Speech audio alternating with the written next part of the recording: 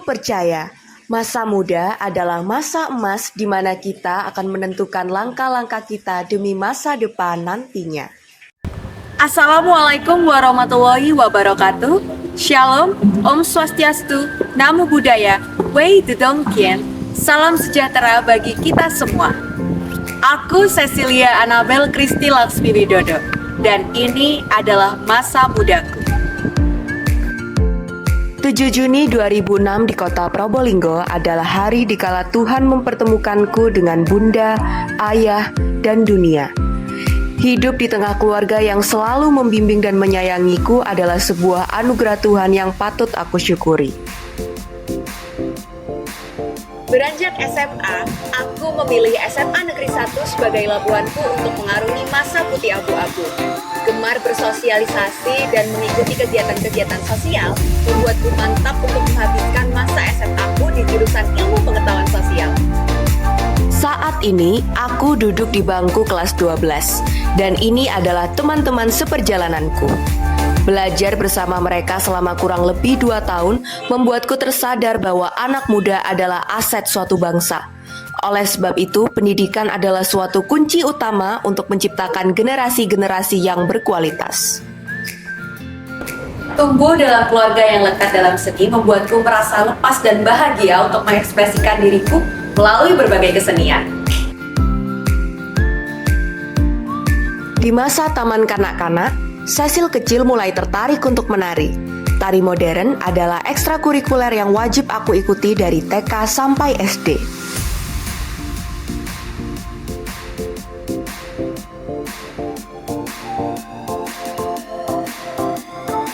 Lalu, berlanjut ketika SD, aku beberapa kali ditunjuk untuk menari tari tradisional. Aku ingat betul, tarian tradisional yang aku tarikan pertama kali di SD adalah tari lenggak-lenggok. Nah, kalau tarian yang aku tarikan ini adalah tari Sekar Arum, yang merupakan salah satu tarian khas dari kota Probolinggo. Hingga kini, aku masih suka menari, karena menari membuat suasana hatiku menjadi bahagia. Aku juga suka menyanyi loh. Aku mengikuti ekstrakurikuler paduan suara sedari SD. Berkat menyanyi, aku pernah menjadi tim juara 2 lomba paduan suara tingkat SD sekota Probolinggo dan tim juara 1 lomba paduan suara tingkat SMP sekota Probolinggo. Di masa SMA aku ini, aku tergabung dalam ekstrakurikuler Smakovo untuk mengembangkan potensiku. Menyanyi juga berhasil membawaku menjadi juara 2 dalam lomba musikalisasi geguritan yang diadakan oleh UNESA bulan lalu. Tunggu dulu, jangan cepat beranjak. Kegemaranku selanjutnya tidak kalah menarik loh. Kegemaranku selanjutnya adalah mendongeng. Bagiku, dongeng adalah salah satu cara untuk menceritakan berbagai legenda yang ada di bumi pertiwi. Panggung pertamaku adalah lomba mendongeng tingkat kota yang diadakan oleh Perpustakaan Kota Probolinggo, dan aku berhasil mendapatkan predikat juara 1 di lomba tersebut. Saat duduk di bangku SMP kemudian SMA, aku juga mendapatkan berbagai prestasi lainnya. Aku berhasil mendapatkan juara 3 berpidato bahasa Indonesia tingkat kota, juara 1 dalam lomba storytelling tingkat kota, nominasi terbaik cipta dan baca puisi tingkat kota, dan baru-baru ini menjadi juara 2 baca puisi tingkat nasional yang diadakan oleh FKH UGM. Tidak berhenti sampai di situ, aku juga dipercaya untuk mengajar berpuisi dan mendongeng untuk teman-teman SDK Hati Kudus Samarinda. Ini adalah cuplikan keseruan kami saat belajar bersama. Lewat mendongeng, aku berhasil meningkatkan keterampilan public speakingku, sehingga dapat membawaku menjadi the winner of Duta Museum 2023. Menjadi seorang duta adalah cita-citaku sedari kecil.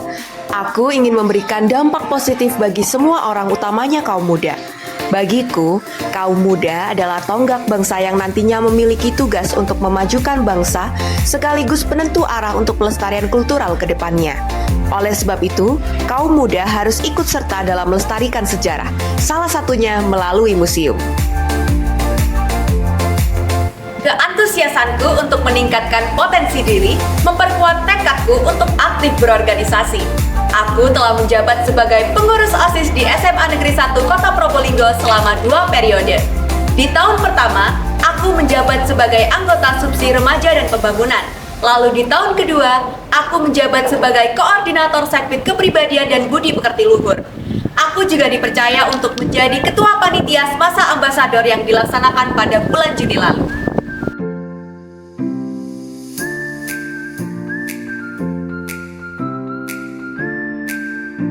Saat itu, aku juga tergabung dalam organisasi Agen Perubahan Sekolahku yang merupakan salah satu program Kemendikbudristek bersama UNICEF untuk mencegah adanya perundungan. Selain itu, saat ini aku juga dipercaya untuk menjadi Ketua Paguyuban Duta Museum tahun 2023-2024. Berbagai prestasi dan perkembangan yang aku rasakan selama SMA ini tentunya tak lepas dari bimbingan Bapak dan Ibu Guru SMA Negeri 1 Kota Probolinggo. Tak salah aku memilih SMA Negeri 1 sebagai tempatku untuk menuntut ilmu. Karena SMA Negeri 1 Kota Probolinggo merupakan sekolah dengan kurikulum merdeka yang mengedepankan profil pelajar Pancasila yang berakhlak dan bermartabat.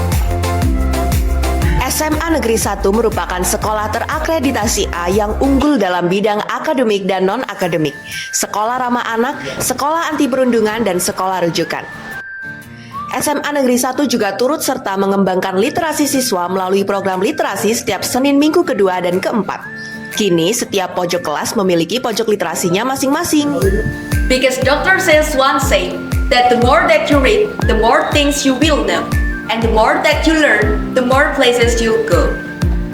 17 tahun di Jawi Wetan membuatku sangat bersyukur karena dapat hidup di tengah keberagaman. Aku yakin Tuhan menciptakan keberagaman itu agar kita manusia dapat hidup saling melengkapi satu sama lain. Nah, kali ini izinkan aku mengajak teman-teman untuk berkenalan dengan budaya dan bentang alam di kotaku, Probolinggo, Jawa Timur. Selamat datang di Sanggar Mardi Budoyo. Sanggar Mardi Budoyo berdiri untuk ikut menumbuhkan semangat seni dalam diri kaum muda.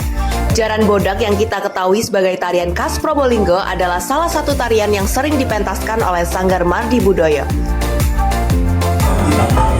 Tak hanya itu, Sanggar Mardi Budoyo juga merupakan sanggar yang melestarikan kesenian reog asal Ponorogo, Jawa Timur.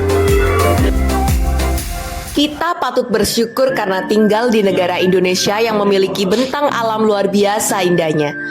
Pantai Dringu menurutku adalah salah satu hidden gem yang ada di kota Probolinggo, menyajikan pemandangan indah yang memanjakan mata dan desiran ombak yang memanjakan telinga. Jejak peninggalan kolonial terlihat kuat pada bangunan gereja yang terletak di Jalan Suroyo, nomor 32, Kota Probolinggo. Gereja ini adalah gereja yang telah berdiri sejak tahun 1862 dengan nama Protestan Kerk dan kemudian pada tahun 1948 berubah nama menjadi GPIB Jemaat Immanuel atau lebih dikenal dengan sebutan Gereja Merah. Gereja Merah adalah salah satu cagar budaya di Kota Probolinggo.